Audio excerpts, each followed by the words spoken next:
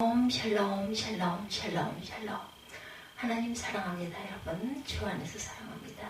오늘 사무엘하 3장 1절에서 마지막 절까지 39절까지 내용. 여인은 악행한 자에게 악한 대로 갚으시리로다 하니라. 이런 말씀으로 함께 은혜를 나누도록 합니다. 마지막 절에 39절에 내가 기름 부음을 받은 왕이 되었으나 오늘 약하여져서 스루야의 아들인 이 사람을 제어하기가 너무 어려우니 여호와는 악행한 자에게 그 악한 대로 갚으시리로다 하니라. 이렇게 말씀하고 있어요. 오늘 본문은 왕이 된 다윗의 약점을 보여줍니다. 왕이 되고 난 후 다윗은 많은 아내를 두게 되죠. 그리고 하나님께 묻지 않고 아브넬의 음모에 가담을 하기도 합니다. 그러나 요압의 개입으로 인해 음모가 실패로 돌아가죠. 결국 아브넬은 요압에 의해 죽음을 당하죠. 이처럼 하나님 중심으로 살지 않을 때 다윗 나라는 너무나 쉽게 음모와 살인 등의 혼란에 빠지게 됨을 보게 됩니다. 오늘 본문을 통해서 우리가 하나님의 축복을 받았을 때 인본주의에 물들지 않고 끝까지 믿음 중심을 지킬 수 있기를 주님의 이름으로 축복합니다. 첫째, 다윗의 아내들이에요. 1절을 보면 사울의 집과 다윗의 집 사이에 전쟁이 오래매 다윗은 점점 강하여 가고 사울의 집은 점점 약하여 가니라. 이렇게 증거되어 있어요. 하나님께서 다윗과 함께 하실 때 사울의 집은 점점 약하여집니다. 다윗의 집은 강하여지죠. 이렇게 다윗이 하나님의 축복으로 강하게 되자 교만해져서 영적인 안일에 빠져요. 그래서 하나님의 명령을 어기고 많은 아내를 두게 됩니다. 2절과 5절에 보면 다윗이 헤브론에서 아들들을 낳았을 때 맏아들은 암논이라. 이스라엘 여인 아히노암의 소생이요 둘째는 길람이라. 갈멜 사람 나발의 아내였던 아비가일의 소생이요 셋째는 압살롬이라. 그스왕 달메의 딸 마가의 아들이요 넷째는 아도니아라. 헷기세의 아들이요 다섯째는 스바다라. 아비달의 아들이요 여섯째는 이드르람이라. 다윗의 아내 에글라의 소생이니 이들은 다윗이 헤브론에서 낳은 자들이더라. 이렇게 증거하죠. 아히노암과 아비가일은 광야 생활 얻은 아내이죠. 그러나 다윗이 헤브론에서 왕이 되면 4명의 아내를 더 두게 됩니다. 그 중에 압살롬을 낳은 마아가이는 이방 여인으로 구스왕의 딸이었어요. 이 6명을 통해서 낳은 자녀들은 나중에 다윗왕가의 간음과 살인, 반역의 불씨들이 되죠. 암논이 압살롬의 누이를 간음하게 되고 압살롬은 암논을 살인하고 나중에 아버지 다윗까지 반역하게 되죠. 이처럼 다윗이 하나님의 명령을 어기고 많은 여인을 두게 되었을 때 자식들로 인해서 어둡고 고통스러운 삶을 살게 되었던 거죠. 하나님께서 이스라엘의 왕을 세우실 때 3가지를 조심하라고 말씀하셨어요. 신명기 17장 15절에서 17절 말씀에 보면 반드시 내 하나님 여호와께서 택하신 자를 내 위에 왕으로 세울 것이며 내 위에 왕을 세우려면 내 형제 중에서 한 사람을 할 것이요 내 형제 아닌 타국인을 내 위에 세우지 말 것이며 그는 병마를 많이 두지 말 것이요 병마를 많이 얻으려고 백성을 애굽으로 돌아가게 하지 말 것이니 이는 여호와께서 너희에게 이르시기를 너희가 이후에는 그 길로 다시 돌아가지 말 것이라 하셨으며 그에게 아내를 많이 두어 그의 마음이 미혹되게 하지 말 것이며 자기를 위하여 은금을 많이 쌓지 말 것이니라. 하나님께서 왕에게 금지하신 3가지는 많은 말들과 많은 금은으로 많은 아내들이죠. 많은 말들, 많은 금은, 많은 아내들, 이것을 금하셨어요. 말들은 군사력을 의지하고 금은은 부를 상징합니다. 왕이 군사력과 부에 의지하게 되면 그만큼 하나님을 의지하지 않게 되기 때문이죠. 그래서 말들은 군사력을 의미하고 금은은 부를 상징한다라는 것. 그리고 하나님께서 특히 왕들은 아내를 많이 두어서 그의 마음이 미혹되게 하지 말라고 명했어요.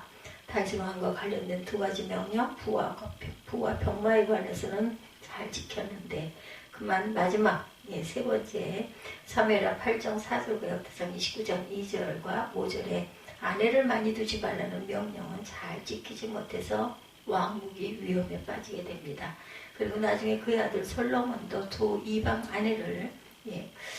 이방 아내를 많이 두죠. 그래서 결국 망하게 됩니다.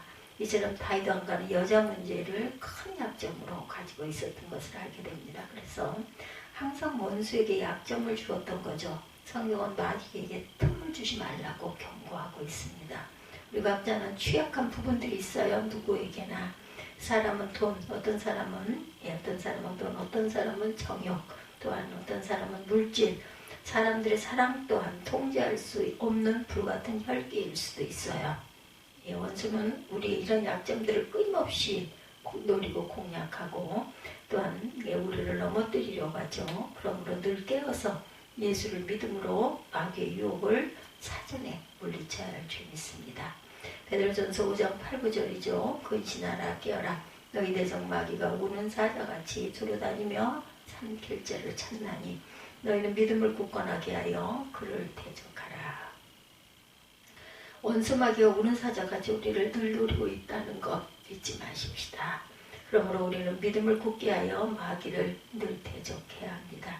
예수님 안에 구하고 기도할 때 우리가 원수 마귀를 물리칠 수 있고 승리할 수 있기를 믿습니다. 그러므로 깨어서 기도함으로 마귀에게 틈을 주지 않기를 주의 이름으로 축복합니다. 둘째, 요압이 아브넬을 죽였어요. 사울이 죽었지만 사울의 가족 내에서는 분열과 다툼이 끊이지 않습니다. 왜냐하면 인본주의가 계속해서 사울의 후손들을 지배하고 있었기 때문이죠. 사울의 첩 리스바 때문에 군대장관 아브넬과 다윗의 아들 이스보셋 사이에 다툼이 일어나요. 그래서 아브넬은 이스라엘을 다윗에게 넘기려고 계획을 하죠. 8절에서 10절을 봅니다. 아브넬이 이스보셋의 말을 매우 분하게 여겨 이르되 내가 유다의 계머리냐 내가 오늘 당신의 아버지 사울의 집과 그의 형제와 그의 친구에게 은혜를 베풀어 당신을 다윗의 손에 내주지 아니하였거늘 당신이 오늘 이 여인에게 관한 허물을 내게 돌리는도다. 야훼께서 다윗에게 맹세하신 대로 내가 이루게 하지 아니하면 하나님이 아브넬에게 벌을 위해 벌을 내리심이 마땅하니라. 그 맹세는 곧 이 나라를 사울의 집에서 다윗에게 옮겨 그의 왕위를 단에서 구엘 새벽까지 이스라엘과 유다에 세우리라 하신 것이니라. 그래서 아브넬은 전령을 다윗에게 보내어 언약을 맺고자 하죠. 12절에 보면 아브넬이 자기를 대신하여 전령을 다윗에게 보내어 이르되 이 땅이 누구의 것이니까 또 이르되 당신은 나와 더불어 언약을 맺사이다. 내 손이 당신을 도와 온 이스라엘이 당신에게 돌아가게 하리이다. 이렇게 말하죠. 아브넬은 다윗에게 이스라엘 왕위를 넘겨주겠다 이렇게 약속을 하는 거예요. 아마 아브넬은 이렇게 함으로 다윗 왕과의 군사령관 위치를 확보하려고 했던 것 같아요. 이때 다윗의 대답이 어때요? 13절에 보면 다윗이 이르되 좋다 내가 너의 언약을 맺거니와 내가 네게 한 가지 일을 요구하노니 나를 보러 올 때 우선 사울의 딸 미가를 데리고 오라. 그리하지 않냐면 내 얼굴을 보지 못하리라 하고 미가를 데리고 오라고 합니다. 영적인 분별력이 흐려진 다윗은 너무나 쉽게 아브넬의 제안을 받아들이고 다윗은 그가 유다의 왕이 될 때 야훼께 물은 것처럼 이스라엘의 왕이 되는 것을 위해서도 하나님께 물어야 했어요. 그렇죠? 다윗은 자기 생각대로 아브넬의 제안을 받아들입니다. 그리고 언약을 맺는 조건으로 자기 아내 미가를 보내달라고 그러죠. 이렇게 함으로 다윗은 아브넬의 배신을 이용을 하죠. 이전에 다윗은 사울을 죽였다고 거짓말한 아말렉 사람을 죽였었죠. 그러나 이번에 다윗은 이스라엘 왕 이스보셋을 배반한 아브넬을 받아줍니다. 아브넬이 아주 이기적인 자이죠. 자신의 유익을 위해서 이스보셋을 왕으로 세웠었고 이스보셋이 자기를 비난하자 그를 배반하고 이제 다윗에게 투항을 하죠. 그러므로 다윗은 정상적으로는 아브넬의 인간적인 제안을 받아들여서는 안 됐어요. 다윗은 기도하고 하나님의 뜻을 분별하고 갔어야 합니다. 그러나 다윗은 영적인 눈이 어두워져서 아브넬의 음모에 동조하게 됩니다. 그의 배신을 공식적으로 인정해 준 것이 되죠. 그리고 다윗은 이미 다른 남자와 결혼한 미가를 힘으로 뺏어오죠. 15절 16절에 보면 이스보셋 사람을 보내 그의 남편 라이스의 아들 발디엘에게 가서 그를 빼앗아오매 그의 남편이 그와 함께 오되 울며 비우림까지 따라왔더니 아브넬이 그에게 돌아가라 하며 돌아가니라. 미갈은 다윗의 아내였지만 이제 다른 사람의 아내였어요. 다윗은 여러 명의 아내가 있어서 미갈이 없어도 되는데도 불구하고 힘으로 미갈을 뺏어오죠. 남편이 울며 아내를 따라왔지만 아브넬이 강제로 그를 돌려보내고 미갈을 다윗에게 보내죠. 다윗의 백성들의 왕으로 어떻게 이렇게 무자비할 수가 있겠는가. 바로 영적인 분별력을 잃어버리면 다윗도 자기 유익을 위해서 살아가는 인본주의가 될 수 있다는 것. 마귀에게 틈을 주면 누구나 인본주의에 빠질 수 있음을 우리가 깨달아야 합니다. 이러한 인본주의의 걸망은 언제나 비참합니다. 인본주의자 아브넬의 비열한 음모는 결국 그의 죽음으로 이끌어내죠. 아브넬과 다윗의 음모는 또 다른 야신과 요압에 의해 결국 수포로 돌아가죠. 요압은 유다 왕국의 군대 장군으로 아브넬과는 경쟁자였고, 특히 요압에게 있어 아브넬은 자신의 동생을 죽이는 원수였죠. 그래서 요압은 결국 아브넬을 잔인하게 죽여버리죠. 27절에 보면 아브넬이 헤브론으로 돌아오며 요압이 더불어 조용히 말하려는 듯이 그를 데리고 성문 안으로 들어가 거기서 배를 찔러 죽인 이는 자기의 동생 아사엘의 피로 말미 아문이었더라. 이 소식을 들은 다윗은 요압을 저주합니다. 18구절에 그의 다윗이 듣고 이르되 내 아들 아브넬의 피에 대하여 너와 내 나라는 야훼 앞에 영원히 부재하니 그 죄가 요압의 머리와 그의 아버지의 온 집으로 돌아갈지어다. 또 요압의 집에서 백택병자나 나병원 자나 지팡이를 의지하는 자나 칼에 죽는 자나 양식 떨어진 자가 끊어지지 아니할지로다 아니라. 이처럼 다윗이 인본주의적으로 행할 때 다윗의 왕국 내에서도 불신과 갈등과 저주가 일어나죠. 인간적인 방법은 항상 비극으로 끝이 납니다. 유다와 이스라엘의 두 군대 장관들의 야심과 원한으로 인해서 나라 전체가 위기에 처하게 되죠. 그리고 다윗이 하나님께 묻지 않고 행했을 때 음모와 배신과 횡포와 질투와 살인과 저주가 끊임없이 일어났다라는 것. 다윗은 하나님의 은혜로 왕이 되었기 때문에 왕이 된 후에도 겸손히 하나님께 묻고 하나님과 늘 동행해야 돼요. 그런데 그러지를 못했던 거죠. 그러나 그는 하나님의 은혜를 잊고 교만과 영적인 안일에 빠져듭니다. 인간의 마음이 이렇게 그죠? 상당히 약했다는 것. 다윗이 그토록 하나님을 의지했지만 이런 약점이 있었다는 것. 우리는 축복의 때에 절대로 교만해져서는 안 되겠다. 모든 것이 은혜로 주님으로부터 주어진 것이라는 것을 우리가 잊지 말아야 합니다. 고린도전서 4장 7절입니다. 누가 너를 남달리 구별하였느냐? 내게 있는 것 중에 받지 아니한 것이 무엇이냐? 내가 받았은즉 어찌하여 받지 아니한 것 같이 자랑하느냐? 이렇게 말씀합니다.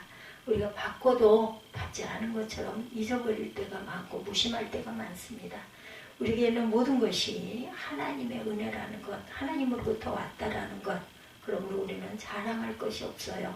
축복을 받았을 때 하나님의 은혜에 감사하는 삶을 살아가십시다. 그리고 축복의 때 더욱 하나님을 의지하시기 바랍니다. 왜냐하면 우리가 한순간이라도 하나님의 통치를 벗어나면 우리는 연약하여 죄를 지을 수밖에 없기 때문이죠. 하나님의 은혜를 잊어버리면 너무나 쉽게 영적인 안일과 교만에 빠지게 된다는 것. 다윗이 하나님께서 지적하신 너무 여인을 가까이 하는 바람에 그 아들들이 다윗을 결국은 거꾸로 반역하고 찌르는 그런 사태가 일어나죠. 우리가 하나님의 축복으로 흥할 때 더욱 깨어서 하나님 앞에 온전하게 끝까지 하나님의 말씀을 묵상하고 하나님께 여쭙는 저와 여러분이 되시기 바랍니다. 우리는 하나님의 은혜로 구원을 받았어요. 그리고 우리는 우리 힘으로 살아가는 것이 아니고 하나님께서 공급해 주시는 힘으로 보호를 받고 가고 있다는 것. 그러므로 우리는 범사에 우리 자신을 의지할 것이 아니라 하나님만 의지하시기 바랍니다. 잠언 3장 5절과 6절입니다. 너는 마음을 다하여 야훼를 신뢰하고 내 명철을 의지하지 말라. 너는 범사에 그를 인정하라. 그리하면 내 길을 지도하시리라. 자기 꾀와 지혜를 의지하는 자는 망한다라는 것. 그러나 야훼를 신뢰하는 자는 승리합니다. 그러므로 범사 야훼를 인정하고 또한 오래 참고 인내할 때 우리의 인생을 지도하시는 분이 여호와이시라는 것. 그리고 우리의 명철과 우리 생각대로 살지 않고 오직 야훼를 의지하는 삶을 살 수 있기를 주의 이름으로 축복합니다.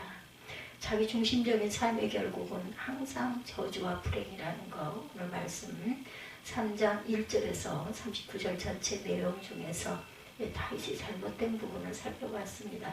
그러나 하나님 주신 점의 삶은 언제나 축복이고 승리입니다. 하나님의 축복으로 승리했을 때 또한 겸손해야 합니다. 오직 우리 인생의 주인이신 하나님께만 영광을 돌려줍시다. 그리고 우리가 우리의 지혜와 꾀로 살지 않고 오직 야훼를 의지하며 살고 오직 야훼만이 우리의 생명과 성공과 행복의 근원이심을 잊지 말고 항상 믿고 구하고 의지할 줄 아는 그리고 모든 것이 하나님께 달려있다는 것을 인정하는 저와 여러분들이 되셔서 오늘도 주 안에서 승리하시기를 주님의 이름으로